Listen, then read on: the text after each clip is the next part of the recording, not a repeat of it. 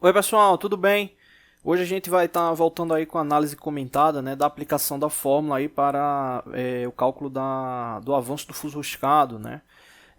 A fórmula a gente já tinha comentado, né? Ela é bem simples, né? A rotação multiplicado pelo passo, né? E aí vamos para uma análise de exemplo, né? Um fuso mecânico possui 1,5 metros de comprimento como apresentado na figura, né? Então está aqui a figura mostrando aqui o deslocamento do fuso, né? O comprimento do fuso, né? E aqui tem um detalhe importantíssimo que é o comprimento do fuso deve ser levado em consideração o comprimento útil, né? O qual ele tem possibilidade de deslocamento real, né? Então é importante fazer essa análise. Às vezes o elemento tem até um fuso relativamente longo, mas às vezes tem algum bloqueio mecânico mesmo, né? Oriundo do próprio mecanismo, então é importante ficar atento com isso, né? Então nesse caso ele tem 1,5 metros, né? Nesse caso o passo aí está indicado, né? 40 milímetros, né? A distância da crista de um filete para o outro, né? Nesse caso a rotação do motor é 20 RPM, né? Normalmente esses elementos eles trabalham com baixa rotação, né? Por quê? Imagina um sistema de transmissão como esse, né? Onde você vai ter deslocamento aí constante, né? Se você tiver uma rotação alta, você tem a questão do freio do mecanismo, né? Ou seja, ele acaba tendo aquele tranco mecânico por causa da inércia, né? Então pode estar danificando ali o fuso, sem contar o próprio atrito, né? Então é um elemento que precisa ter uma boa lubrificação. Então normalmente as rotações são baixas, até porque na maioria das vezes não é necessário um avanço tão rápido, né? Exemplo, nesse caso mesmo de 20 rotações por minuto, né? É uma rotação relativamente baixa, mas pode ser que para um determinado mecanismo seja alta, né? Esse valor de rotação aí de entrada. Um detalhe importante também é que essa rotação, né, você pode dizer, poxa, é um motor que está fazendo essa rotação, você pode entender também que é um elemento acoplado, né? Por exemplo, um redutor de velocidade ou utilizando ali um inversor de frequência para poder diminuir a rotação, tá bom? Beleza, então nesse caso, né, o objetivo inicial é calcular a velocidade de avanço desse fuso em milímetros por minuto.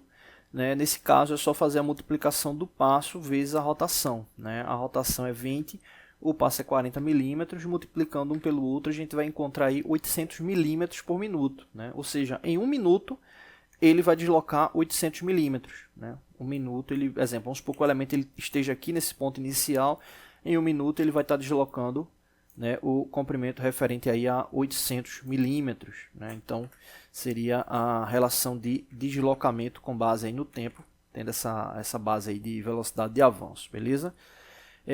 A próxima pergunta, né, em quanto tempo, né, o ponto 1 se desloca de A para B, supondo que ele esteja rosqueado no fuso? Né, o fuso com a RPM indicada inicialmente, no caso 20 RPM. Né? Então, aqui no caso, o ponto 1, ele está aqui no início útil, né, do fuso, né? O elemento aqui está aqui o ponto 1 aqui indicado, e esse ponto ele vai deslocar até B, né? Ou seja, vai deslocar aqui de A para B. Então, levando em consideração aí o comprimento útil do fuso, né? Ou seja, em quanto tempo que ele desloca, né, do ponto inicial para o ponto final. Né? Essa aí é a pergunta, né?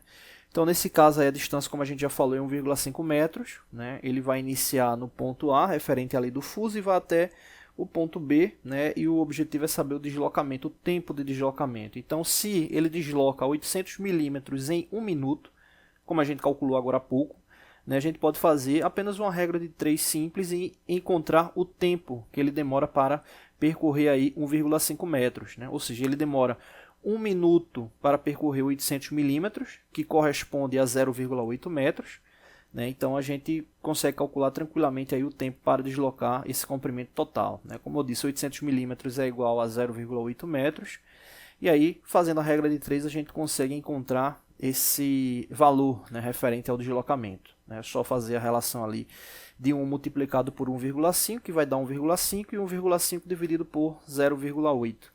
Né? Nesse caso aí vai dar 1,875 minutos, ou seja, quase 2 minutos para ele percorrer 1,5 metros. A gente pode converter esse valor aí em segundos, né, para ficar mais preciso. É só multiplicar esse valor por 60. Né? Então ele vai dar aí 112,5 segundos, né, referente ao deslocamento. Né? 120 segundos equivale a 2 minutos.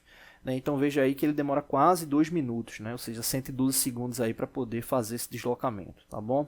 Então é isso, não deixe de se inscrever no canal, toda semana tem vídeos novos. Valeu!